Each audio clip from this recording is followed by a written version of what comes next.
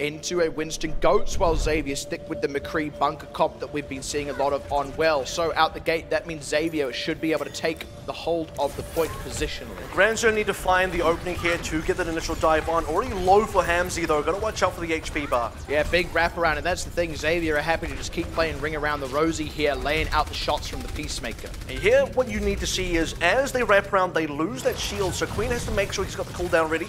They're going to go ahead and dive in. Ooh, nearly got the environmental. Nice reactions by Silvercoin, but in that brief moment where he was boosting forward without the defense matrix, Patapan is able to open up, find the shots onto these members, and this time Thittercorn, he's just going to take the dive. Silvercoin, rather. Actually, that was a halt. Nicely done. Yeah, and for Xavier Esports, nice. It's just a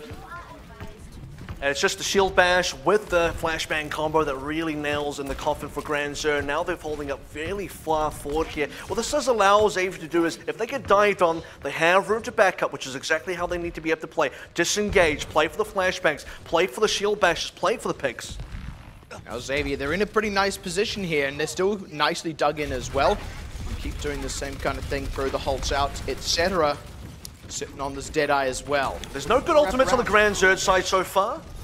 Nice catch. Does go down, yeah, just one shot too many really secures it. And now GrandXur really on the wrong side of this fight. Nearly caught Hamzy in there, but they'll find Heimish out on the other side of that anyway. And GrandXur in full retreat, actually taking a dive. And this is where you very much value Tay on the Lucio pick. Xavier Esports can continually just keep disengaging, keep running around the entire map. GrandXur have to find the opening. As they see the rotations coming through, they need to try and basically anticipate that. And Silvercoin and Papillon very, very vulnerable. That's saying nothing of those backliners. The Supercharger really just came up in time. It certainly has, and it means that they can only win, well, they just get to win with only the one ultimate. Very valuable for them as well. They get to keep Tay's sound barrier, work towards the transcendence for Thittercorn as well, and GrandXur is still waiting for options. They're still waiting to get some of these ults online, and it's already 84%. GrandXur just have nothing so far. And it's really tough. Xavier looking like they want to try and shut out here on well. GrandXur do have just enough available that they could maybe get a fight going, but they don't have something like a grab, which is really the ultimate you want.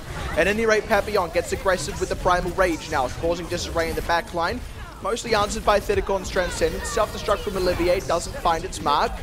Now GrandXur starting to rotate through some of their defensive tools, but Patapan opens it up with the Deadeye onto Hamzy, who has still yet to have a single grab this game, unfortunately. Nice catch on Silvercoin as well, who only got Olivier's mech with that self-destructed. Now, time ticking down for GrandXur. Just barely do get the foot on the point, but it feels like it's just a matter of time for Xavier. And because he didn't get that kill into Malin, they actually do get the sound barrier for GrandXur. We'll see how long this lasts them for. Should give them a little bit of time to regroup, but not enough time to re-approach onto the point, which is, of course, the objective, which also means Xavier now finished up 100-0. Very similar to what we saw from Talon Esports in terms of how they won their well as well. It's just kind of one team taking control, never really losing a fight, and for Xavier just grasping it in their iron fist and now going onto Ruins.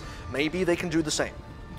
I was going to say, it's one thing when it's that McCree comp and it's asymmetric, but this is where we would theoretically see the mirror matchup, which would be the real tell of whether Xavier are just unequivocally better. But it looks like Patapan actually wants to flex onto a Doomfist here. That would be interesting because now it's kind of like a pseudo dive with THK playing their second DPS as a Brigida. You still have the Winston D.Va really jumping into the faces of Papillon and Silvercoin on the Rhine and the D.Va with this typical 3-3 Goats composition. So how Xavier approach, and they do need to punch first, should be the real tell here.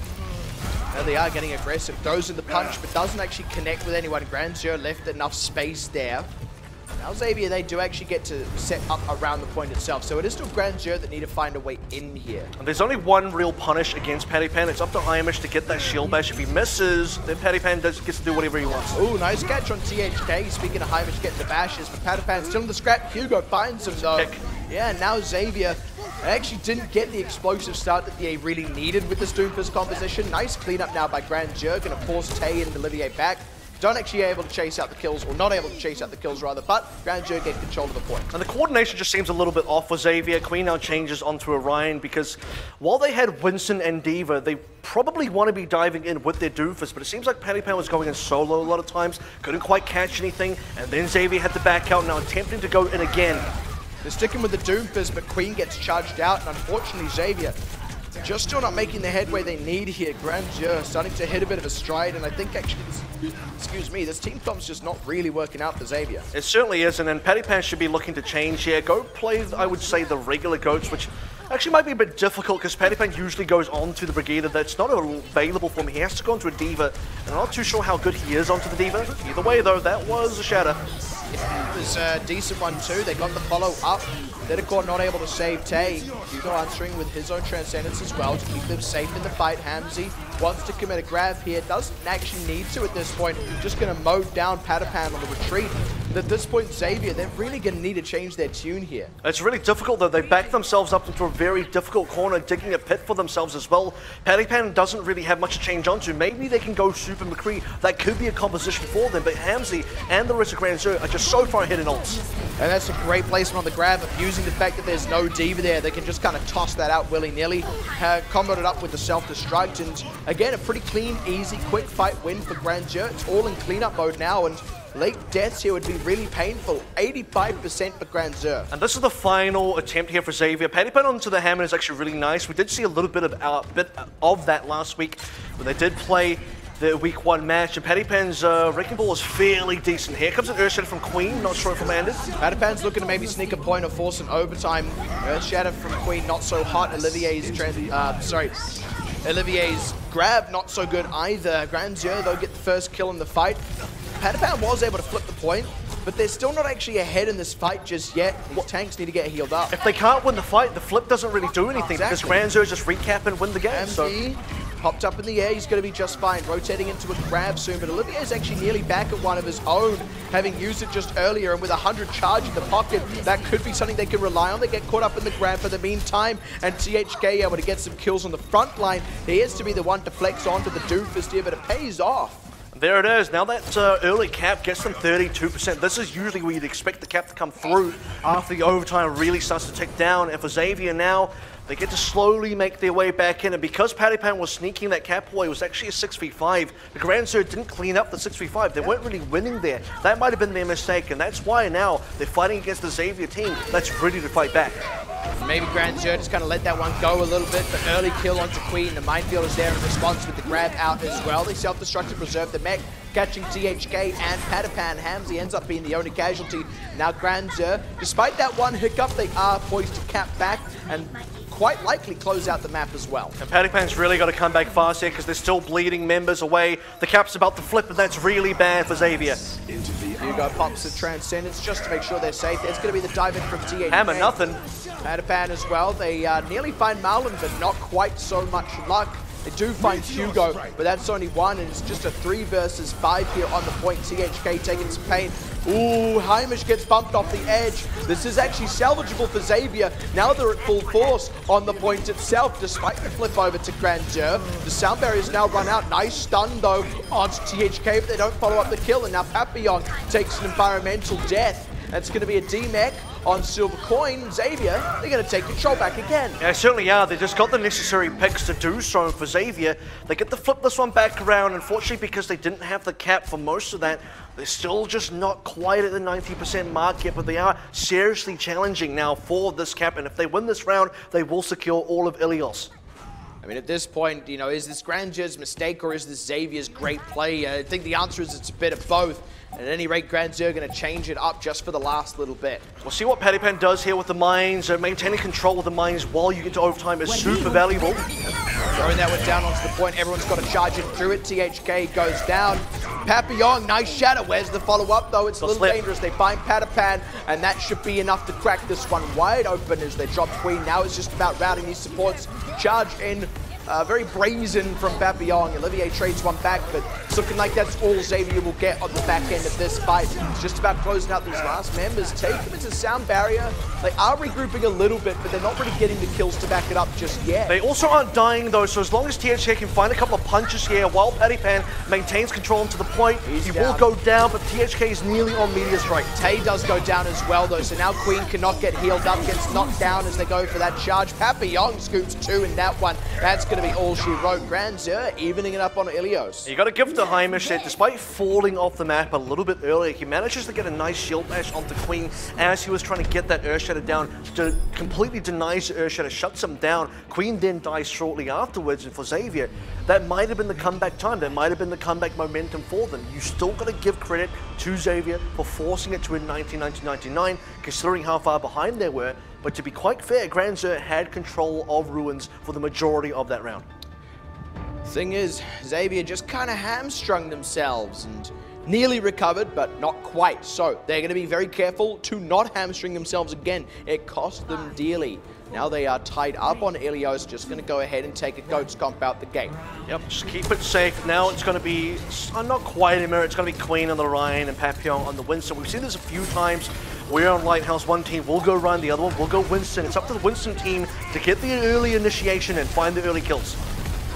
Seeing the Winston arguably has the advantage in the first fight. HP bars. Disappears very quickly once Queen gets going, but this time GrandXur securing that opening fight quite handily. And look at the old charge on Papillon. You see the impact that the Winston has. Stun up on Queen thanks to the Hamish means they close him out. And now without the tank line there, the rest of Xavier is soon to follow. It's just so easy for a team with the Winston Ghost to initiate on first. This is what it looks like when it really works. And unfortunately, if it doesn't work, then you have to swap up the Winston quite early. Queen's quite far away from Earthshatter here. Papillon's quite close to Primal Rage. And for GrandXur, they can continue snowballing through. Hamzy and Patty Pan, though, pretty neck and neck. Now, GrandXur in control. With these ultimates in the pocket, Xavier still a ways away from any of theirs. How will they approach? Tay, very close to the sound barrier. That could be their advantage here. Is going to use it straight away. I was just kind of reacting to Papillon's dive in, but by the time the fight's really broken out in earnest, the sound barrier's long since run out, and it's now that Papillon actually chooses to commit the Primal Rage. Who's going to get the grab? Not much done with it. Padapan is the answer. He gets the first grab. Counter grab comes in from Hamzy. Self-destruct, finds Thitacorn, and that's going to finally break the bank here for Xavier as the rest of them do start to crumble. It's the straw that breaks the camel's back. GrandXur maintain control. And to be quite honest here, there was turnaround potential. Queen dies on 97. Comes back alive with the Earthshatter now, but you do have finally the power going towards Xavier. The Earthshatter advantage is absolutely massive in this Ryan versus Winston matchup. You break the bubble on the Winston, and then you get a free shatter. That could have been the turnaround in the last fight, but for Xavier, they got to cut the loss there, lose about 20% in terms of progress, and now look to finally throw that point into disarray, cap it back up for them. And that's the thing, because the Earthshatter took a while to charge up, GrandXur getting those 2 fight wins before that's available means they've pushed the percentage up to where they want it to be. Still Xavier on the back foot, very heavily early death on Padapan. Shatter from Queen, won't be able to get it, got stunned up, great follow up. Hamish able to scoop out Tay that as well. Whip shot just to keep everyone at bay, and already pushing 85% now. And you gotta love the timing from GrandXur as well. They know the Earthshatter is available, they know they gotta go fast. What you gotta do here is take someone down on the Xavier side and then force a 6 versus 5. Now that you're running out of time, Xavier put Queen onto the Hammond, and there's about 4% remaining. It's so rough to have to give up that Earthshatter, but you got to do it because you need to be able to get to the point in time. Now that they're here, can they actually win a fight? Again, early death on Padapan. Tay as well. Papillon keeping the point on lockdown. No one else will get onto it.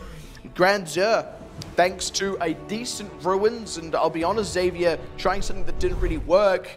They are able to close this one out because the Lighthouse map was exceptional from them. And it was a massive turnaround after what we saw into Well as well. After that, you'd expect, okay, well, this should be a fairly convincing 2-0 from old Xavier here. Okay, maybe Ruins is a little bit close. All right, we'll just go to the Lighthouse and then Xavier will be to clean this one up. It's not the case. Ladies and gentlemen, we got a match on our hands. Do not underestimate GrandXur. Do not underestimate any of these Trials teams. They are going to be here to take maps. Now it doesn't matter what happens.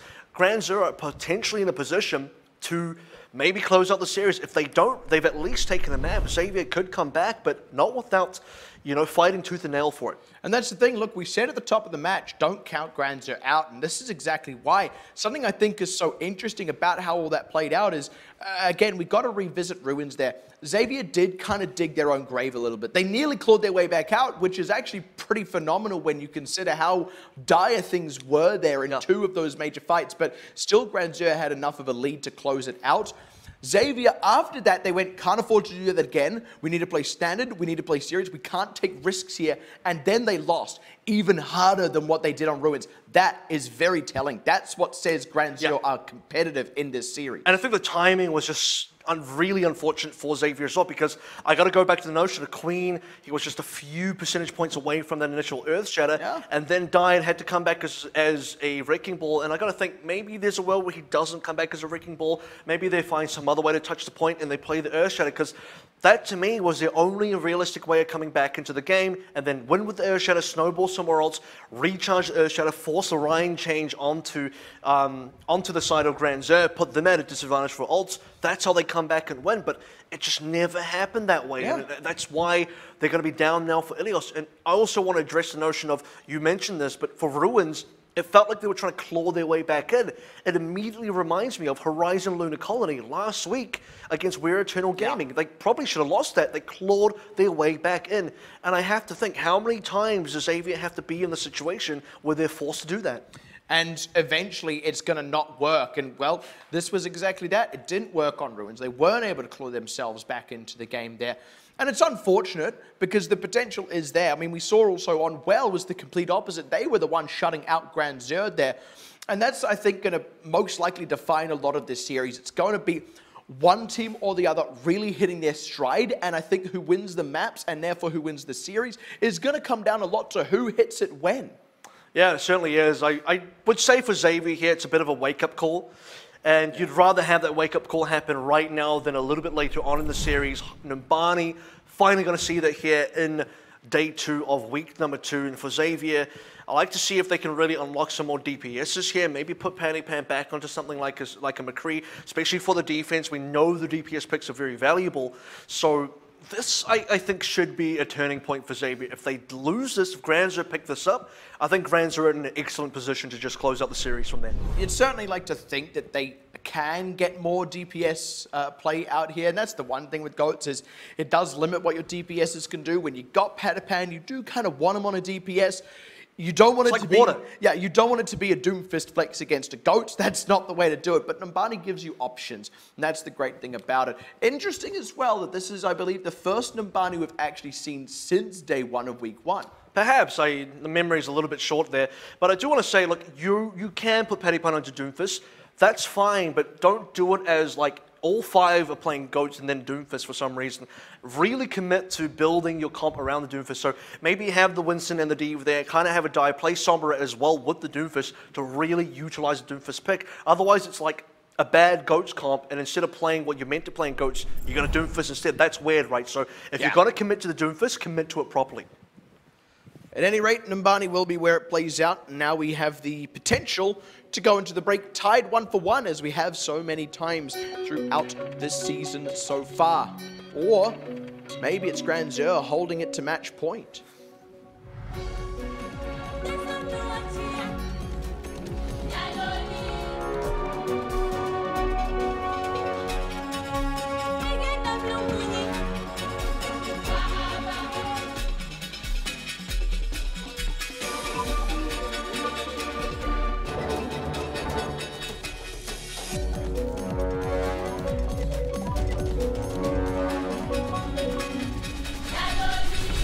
I would say, based on the tradition of how the season has been so far, 1-to-1 would be keeping in line with that. Xavier defending first, bunker composition, THK going to be on the Tor, Patty Pan onto the Sombra, so the DPSs have been unlocked. And yes, ladies and gentlemen, Torb is a DPS now.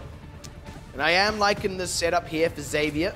GrandXur, I mean, we do know how that Molten Core works now. It's very difficult for GOATs to contest with it, but there is a window before that is available for them to get aggressive. I also do want to say it's sometimes difficult to get the Molten Core in as well because you can sidestep it so easily. Pat Piona, Silver Coin though, no sidestepping from them today. Yeah, GrandXur kind of splitting themselves up there. Not quite sure what the game plan was, but they just let themselves get divided and then taken down. At this sort of point, you wouldn't mind seeing a potential swap here from GrandXur, maybe going to the Pharah. That gives you a decent advantage against the turrets, and also you just completely fly away from the Molten Core. If they want to change, now would have been the time. They haven't done that, so they're going to commit to the Winston Goats. We'll see how that goes. And Xavier starting to come a little close to those DPS ultimates. The EMP is arguably the more dangerous one than the Molten Core. Silvercoin hacked out as he flies over. They do drop THK, but all's well that ends well for the defense here if they can keep these members alive. Good third capped out by GrandXur and Olivier low. There's going to be the EMP finally coming in, and it may have just rescued things, but who can follow up but for Patapan himself with that nano boost on him, desperately trying to find Hamzy, does finish him off, but now it's just kind of Patapan alone. Doesn't matter, this guy's a one-man army. And a nano boost onto a Sombra is not something you see every single day, but Desperate Measures is pretty much exactly what Xavier found themselves in. And for this sort of situation, you see so many low members. Olivier was low, Tay and Thirdicorn trying to catch up in the healing. Patapan was the only DPS alive. THK had the Molten Core, but was still respawning. Xavier rescued that point back. Hey man, you know what they say, if it's stupid and it works, then it ain't stupid. Now THK holding on to that Molten Core, that's got to be an important ult for them in this fight. They've got the Supercharger as well, so Xavier still in a good position here. I'd be interested to see how they use this. Should probably use it now, I would suppose, if they decide to dive in, but not a full commit from GrandXur just yet. Yeah, Hugo a little low. They've actually finished out on the Torp turret, sprays the lava all over the point. Kind of looks like candy there with the green skins on. Olivier's the one who closes out the fight in more convincing fashion, though after that armor gets shredded away, Olivier finds the kills with the self-destruct. And realistically, Hamzy was the only one taking damage from that Molten Core. For the rest of the team, like I said, they just kind of sidestep it. I don't super value the Molten Core on Numbani A here. You have to really be using it in this sort of point where it's a little bit more narrow, it's a little bit more enclosed, and that's where the Molten Core really gets high value, or you're using it strategically to block off certain positioning. But right now, just using it for damage is probably not good enough. The EMP though, that's great. Now available for Patapan, he's just going to try and find a way in. They do know where he is, goes on top of them, throws it out, catches a good number, and now to close out, they find Papillon and Silvercoin's mech, and it's all pretty clean up from there. Yeah, a couple of turret kills there, or just at least one turret kill. GrandXur still have ultimates, but when you're all hacked up, none of that is going to mean anything. And this is actually going to be the biggest window for GrandXur. 2 ticks already in there, 66.8%. And they have 3 ultimates, nearly 4, including a Graviton Surge, even the self-destruct later, and they can combo that together. Xavier have nothing. They're about to come up to maybe 2 support ultimates, but I don't know if that'll save them. And that's the thing, in the face of defeat in these fights, they've still actually found progress on the point and are now set up that they could actually win this one. This has got to be the push. If they don't win here, they won't at all. Going to throw out the sound barrier earlier on. Needs some grab on the high ground to stop the collapse from coming in. And that means the few members who had to go down to contest found themselves split up. A second Molten Core, but it's just not able to get good positioning. Everyone just kind of avoiding it altogether. Thirdicorn in full retreat. And despite the late cap, it does still count for something. They'll get the cart moving. They certainly will, and this is going to be a little bit of a cleanup as well. Just a few members going down late, which means slower respawns for Xavier. It's going to let GrandXur push up just a little bit, find that early positioning. Now they can just snowball into some of the other ultimates because they did use Sound Barrier, they did use Graviton Surge, but for everyone else, time to get those ults up. GrandXur wrote that into a few decent tools here. The Primal Rage will be very important. Pan really needs an EMP here. It's going to be able to charge it up nicely. He certainly is. You can see the posturing for the initiation as well. There they go, getting aggressive. The EMP connects onto them, and they've thrown out the nano boost on Queen, throwing everything they got into this, but Hugo keeps everyone alive, and suddenly Queen finds himself donezo as it's GrandXur's turn to get aggressive now. Just forcing Xavier back. And Hamzy's about to go into his own Graviton Surge pretty soon. Xavier used just about everything they had, which wasn't a lot to start with, to be very fair. Hugo, well positioned, well timed. The Transcendence execution absolutely on point, allows GrandXur to win a fight and continue pushing. Now it's just about GrandXur maintaining momentum, throwing the self-destruct forward. Doesn't catch anyone, but it does hamstring where Xavier can position themselves. Now, grab available for Hamzy. Ooh, that got eaten. That's a little unfortunate, but they're still in an okay situation. Losing Charm was rough. Oh, now losing Papillon, they have to flag the retreat. There was a window there where if they got a kill, they could keep it going, but now it's Xavier's turn to play cleanup crew, finding Hugo. Don't quite get Marlon. Nearly got Silvercoin smacked, but he gets back in space just in the nick of time. Heads up play from Olivier there to manage to catch out that Graviton Surge from Hamzy. 100% now for Patapan pretty soon onto the EMP, which basically gives them another fight when if they can land it correctly. Every other ultimate looks to be online pretty soon. THK is the only one missing. And for GrandXur, they have a sound barrier, Transcendence nearly, but they don't have enough time. 43 seconds only. Xavier have got a lot to play with here. Let's go, Papillon. There it goes. Nice big connect on the EMP. Didn't quite find Silver Coin, but they've still finished off Hamzy. They've got the advantage. They've got the Transcendence out of Hugo as well. And they got the pause. It's just getting very intense. And then, next time. That fight is going a certain way, let's be real. And when we get back to it, I feel like it's going to be continued cleanup from Xavier. Look, they got the EMP. Unless it's like a Xavier member that disconnects. Yeah, something crazy. But the thing is, they got the EMP, right? That was the main thing. It landed, they got a kill off it, they've started cleaning up the others. There's not many ultimates left on the offensive side from GrandXur, so at this point you do feel like Xavier are pretty well poised to take this, and there's not much time left on the clock. GrandXur would have to find some way to sort of turn this around, maybe catch a couple of picks out if someone's out of position, but there is sort of definitely dire straits, I would say. It's not all too bad. You really have to be able to commend Xavier for the excellent A defense for the most part, pushing it into the overtime, forcing GrandXur into a position where they only win at the end because they banked up a ton of ults from never having a chance to use them because they were losing every other offense, and then finally capping in the overtime. Well, they'd only have 2 minutes and 30 seconds to push into B, and B is very hot and cold in terms of you either see very fast pushes and it just caps out, or it's just super slow, like teams hold it super well. And that's the thing, it's like, it's either, like you said, it's scrappy for a really long way, or one team just absolutely blitzes through it. And the interesting thing is actually, with regards to those scrappier ones, I don't think we've had a single team not cap B yet. We haven't seen much Numbani, but it's still been pretty reliable. They all got to see. Exactly, even if it's been a scrappy fight. We've even seen that mostly on Hollywood as well. When it's been very scrappy, it's still gone past that B point with, I think, very few exceptions. So GrandXur not getting even close to capping B here, only getting about halfway, is quite a big shakeup. And I think B is a lot harder to defend for defenders. When you look at the other maps, so let's use Hollywood for a bit of an example. Defenders, what it really is to me, what I think it is B defense, there's a big opening under that sort of underpass section. So if you're a defender coming back to the point, unless you're going up top, which takes longer, if you go underneath, you can get seen and poked out and just spammed very easily. You're in the choke point. Whereas it's quite actually, you'd prefer it to be a choke point actually, because then for the most part you're not seen. Because it's so open, everything's revealed.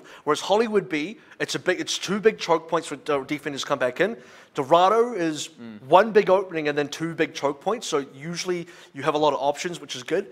Route 66, 2 choke points, and all of the other 3 maps have options, and also all the options are very choke point-ish. You can't quite really predict where they're going to come out of it. You don't have the same amount of information. Numbani, B defense or B offense, you can just see it all because it's just a big open underpass. One of the flip sides of that, though, because this is something we've seen quite a bit on Numbani, just the limited amount of it we have seen, is because of the other part of that, once that point B is capped, where the spawn ends up being.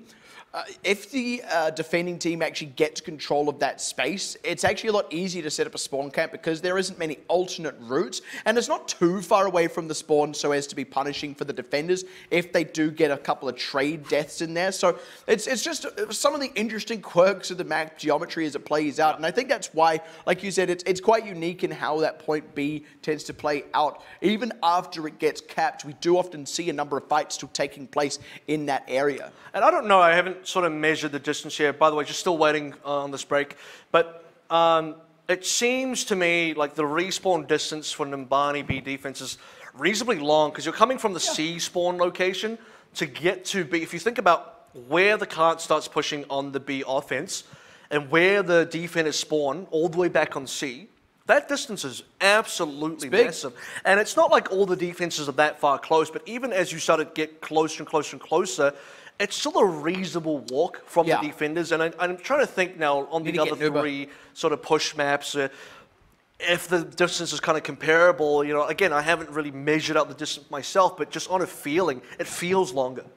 Yeah, I'd be curious. I'd be very curious to see where it actually falls because, like you said, it does feel longer. But again, if we're talking about interesting quirks of map geometry, Numbani actually has the closest defender spawn. It's one of the only maps where the defender spawn for point A is closer than the attacker spawn. And that, again, it creates these unique situations where the attack has to be pretty convincing. You can't afford to trade. So Hollywood is definitely closer because Hollywood you spawn where the alien spaceships are instead of all the way back to C. Dorado, you spawn in the underground section and then come up the stairs instead of all the way back at C. And Route 66, I believe you spawn, I think, in the Deadlock Gang bar instead of all the way back at C. So Numbani is the only map. No, you don't. You don't? That's the A spawn. Okay, right, sorry, I'm wrong. I actually think you do spawn all the way back at C on Route 66. Okay, so that was maybe a little bit different. The thing is, because of the angle through all the rooms on the left, it's actually quicker to get back to the there's a shortcut, because you don't have to go all the way around. Whereas on Numbani, you mostly have to go all the way around the street, going up like through all the upper rooms. It's more direct, but because of the vertical movement, it might be slightly quicker, but it's still quite long. You still got to go up the stairs and turn a couple corners, and it feels like going in the underpass. The thing about the underpasses, it works both ways, because as soon as you get to the underpass, you actually have a line of sight of the cap straight away. So it kind of has some quirks for the defense. So usually you prefer, if you want to impact the point straight away, you go underpass, because you can just start shooting the point, throwing abilities or something, you can just see it straight away. But also, the attackers see exactly what you're doing, where you're coming from, and they can do the same to you. So in that sort of way, that's the interesting quirk in Numbani. It's just, when you look at Numbani's map design across both A and B, A is the only map where defenders have an advantage on the A defense. And then B, I would say, I don't even know if this is on purpose to balance out, but B just feels a little bit disadvantaged even for defense. So that kind of change means a lot more full holds on A and a lot more caps through onto B. You just don't see as many holds onto B. This is now just a podcast where we talk about map design and geometry. Specifically Numbani map design geometry. The other thing you notice is on Dorado, you use that opening section of the map. You know all the roofs and stuff at the beginning? You actually use that. On Numbani, you don't. There's a cafe and stuff. There's a whole bunch of stuff on the side areas that never gets attackers.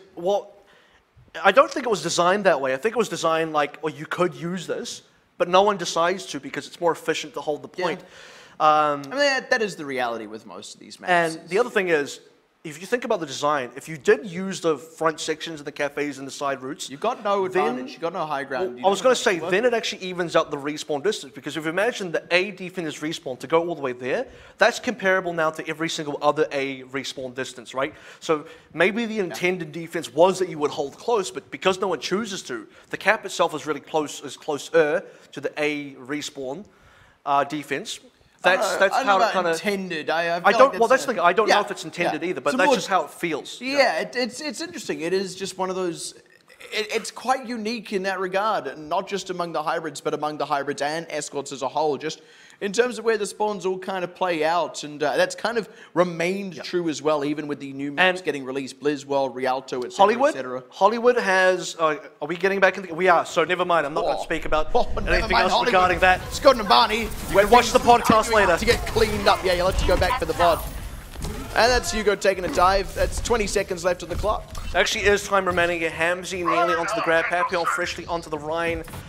And for GrandXur, the cart is not too far away, so they can get there. But they are doing a lot of changes. Hugo's onto the Anna as well. It's got to work for them. They've nearly got a grab. Like you said, that's got to be the linchpin of this offense. But if Hamzy doesn't get it off, or he gets picked, or something goes wrong, Malin going down to the side. They're in a dire spot now, losing Charm. Hamzy's still not quite got the grab, and it's going to be hard to follow up on it. There he goes, finally throws it up. Oh, it's off in the room to the side. It's not ideal, and they're losing some members. They do find Olivier's mech, but Papillon loses his life forward, and there wasn't enough follow-up on the grab. Hugo gets picked off. Marlon comes back in with the sound barrier, keeps these members in the fight for the time being, but with Silver Coin hacked out, he's not able to use anything there. And now dead, cannot get back in the mech. The overtime to tick away. That's going to be that for that defense. And now back to the podcast. No, Hollywood. But Paddy Pan there was actually on 90%, so if that went any longer, you'd expect the EMP to kind of clean up the offense as well.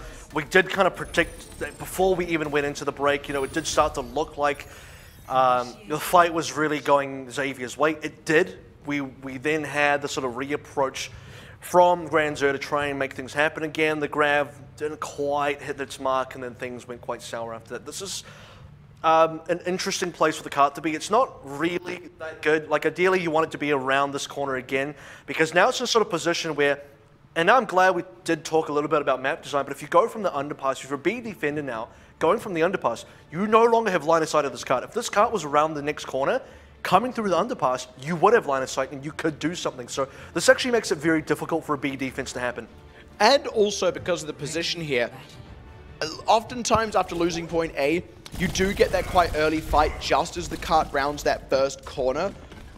If you lose that fight, you're not going to get a subsequent one before that cat goes over. If you the do, run back distance is huge. If you do, it's going to be very slapdash. It's going to be a couple of members while the rest have respawned. It'll be very hard to hold on. So, Xavier, Traces and Hammonds and all that. Xavier have set themselves up nicely for a win, assuming they can get this cap. That means the opportunity here for GrandXur is to just full hold on A, like what nearly happened to them. So here's GrandXur putting Charm onto a Tracer, which I believe actually happened last time. Last week, when we saw GrandXur play and Charm got subbed in for Heimish, and we saw him jump to Tracer, we're like, this is quite interesting. Play Tracer in this meta is not standard, especially because THK is going to come through with the Brigida, and there's also Paddy Pan onto the McCree, so there's a lot of stuns. You catch any one of them, you only got 150 HP, you're definitely gone.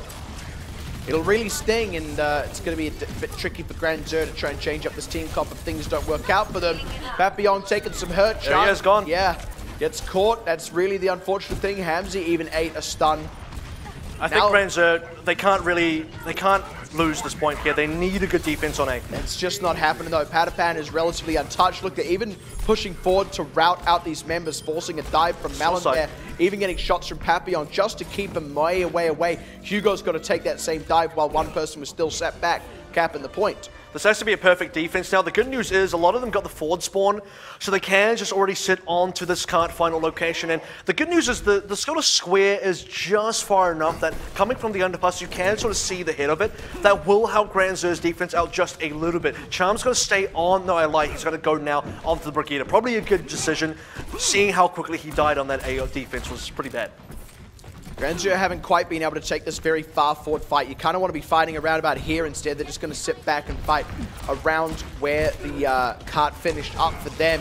That puts them really down to the wire, backs against the wall. Deadeye to come out, blocked up by the Winston bubble, so all things are safe for now for GrandXur. But Silver Coin gonna get D-Mech, flashbang, not quite getting the follow-up, but they do still get enough damage on the Chump to kill him out. Padapan, look at how far forward he's able to sit in this fight because he knows he's safe. They've got the Super McCree, they've got all the defense for him, keeps going forward with the flashbangs. They keep getting the kills coming through. Charm looking to try come back in on a Doom Fist here, but it feels like a rescue play that will not get there in time. GrandXur not going to be able to hold on to that one. Xavier tied things up. And I think that was always going to be a very difficult defense for GrandXur, just based on their initial cart distance and the difference in A as well. Note that Xavier Esports held onto A until overtime, and that's when GrandXur eventually capped out. The opposite is GrandXur just lost the cap in one attempt from Xavier, and they needed a similar comparable time. They needed to probably push that defense into the overtime if they wanted any chance of actually winning this map. But Xavier, they just kind of stepped up here. They leveled up after losing Ilios. They said, well, that's the wake-up call they needed to be able to come back for a win. And it did feel like there was a compositional factor there on that defense for GrandXur. They just weren't very well equipped to deal with the Super McCree. If anything, they actually had something that kind of played right into it. Like, those are ideal targets for you to catch with shields and flashbangs. A Tracer and a Sombra. They're both very similar in that regard. Quite squishy flankers. If they get stunned, they can't use those recalls, those translocates to get themselves out of trouble like they might be able to against other compositions. Yeah. It's just unfortunate that that's what went with there. The Super McCree was kind of not... It was too good. Best comp to deal with harassers. And Tracer and Sombra are the two best harasser heroes in the entire game. Yeah, and so that definitely is going to cost GrandXur just a little bit there. Trying to experiment, didn't work out for them, but they still have opportunity. In fact, both teams now tied up 1-1 at the end of the break. Who knew? This is exactly how it's going to pan out, but how will it end up after this break? We will find out who comes out on top. See you soon.